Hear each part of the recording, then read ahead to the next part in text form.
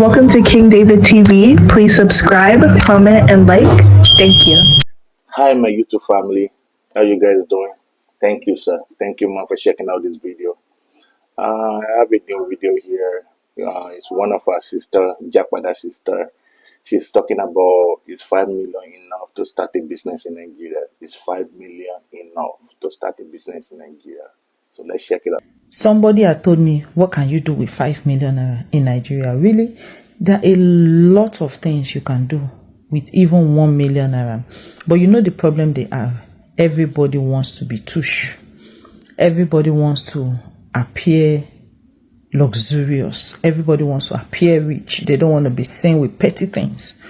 They would rather wear tie and stand in front of 1004 every morning for a salary of 150,000 a month, instead of start a business with 150,000 and be consistent and be focused and grow that business into a millionaire business. They don't believe that can happen, but for real, in a country like Nigeria where the population is massive, you don't need a lot of profit. You need consistent, voluminous profit. That's what you need. Take for instance, you're in a school environment and you're selling what I suggested, smoothie, ice cream, whatever, and you're making a profit as low as 100,000. No, as low as 10,000 a day. Profit now. And at the end of the month, your profit is 300,000. Compared to you're going to work, they are paying you 150,000. Out of the 150,000, you're going to take transportation. Don't forget that 150,000 is not your profit at the end of the day. Is your gross. By the time you remove this, remove that, and your net might be around 50,000, and you will start complaining the country is hard. I always tell people that complain the country is hard are people that are not willing to explore the country. For real. I think I've done a video before too, when I was talking about why I needed to close my fish farm. And I talked about moving and going from Oleyo to Omi, and I saw all these market people. You cannot believe the kind of money these people have. But guess what? None of our graduates want to embark on such journey. They see it as it is a journey for the illiterate. At the end of the day, it's not about how educated you are. It's about what you can make out of life. And sometimes, if an educated person goes into a particular business, you should bring your education into that business, even if the business is, or was, a dirty one, a local one, or whatever. An educated person can be selling Iru, locust beans, and repackage it. And people will buy from you. This is social media age. This is Instagram age. This is TikTok age. This is okay. Let me use this lady as an example. Dinah, selling palm oil. Do you know how she grew in her palm oil business? Because she had the influence of social media. Okay, she should not say palm oil is for market women. I can't do it. There was a time I made a video about this guy, Dundu Nation. He ended up closing down that business, but I don't know why. He said that he's somebody that gets tired of things easily, that once he start excelling in something, he just start getting bored and look for something else to do again. If you know how that Dundu Nation grew, oh my God, this guy was selling Dundu, and he grew that business and started having franchise for Dundu. Then today, what even motivated me to do this video? I had wanted to do it, and then I said, oh, this is a controversial topic, let me not go into it. But when I saw the video of item 7 Go, the one Danica Kosi did, and I saw where this guy started from, I'm like, no, I have to do this video.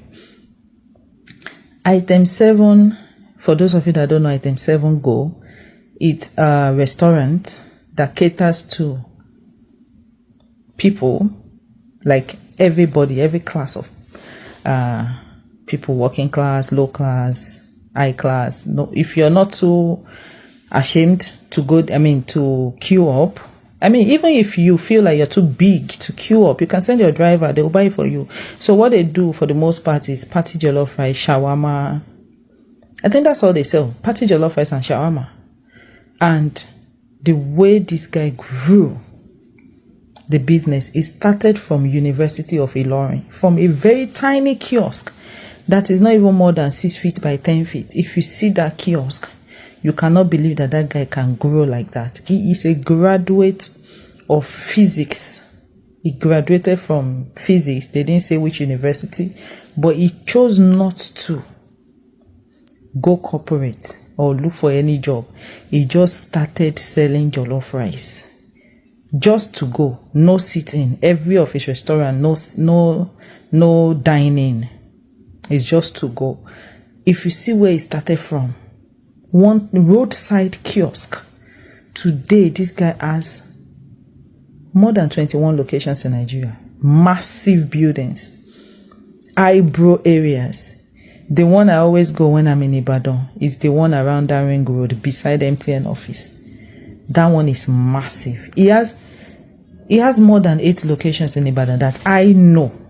He has a lot of them that I don't even know or that I've not been to, but I hear he has them that I know of. He has after the students' location in University of Ilorin, because of strike, that businesses will now his business will now start looking dry when they are on strike. He decided to move to the city of Ilorin, or the town, so that it could also cater to people when students are not buying. This guy saw a problem and he solved it. He saw that students needed food that are not expensive. So he looked for how to cater for that need without incurring so much expenses. That's why he chose not to do dining. He chose to do to go. Just take it away. You know, by the time, if he had chosen to do dining, it would have been incurring the expenses of AC, seats, cleaners, this, electricity. But he chose to not do that. And that's why his food is affordable. With 2,300 naira, you buy a plate of jollof rice and beef in this economy of today. And recently, I think this year, the rice and chicken used to be 2,007. And this year they change it to 3,000.